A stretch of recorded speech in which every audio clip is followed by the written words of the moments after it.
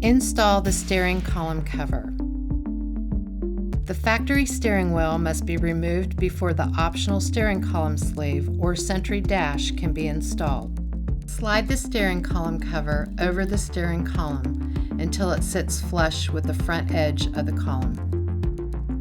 Using a center punch, mark a pilot hole 1/2 inch from the top edge of the steering column cover. You may use a marker on the pilot hole spot for easy identification.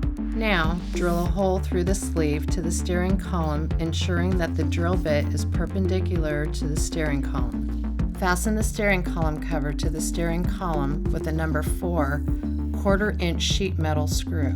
The screw will prevent any rotational movement on the steering column cover.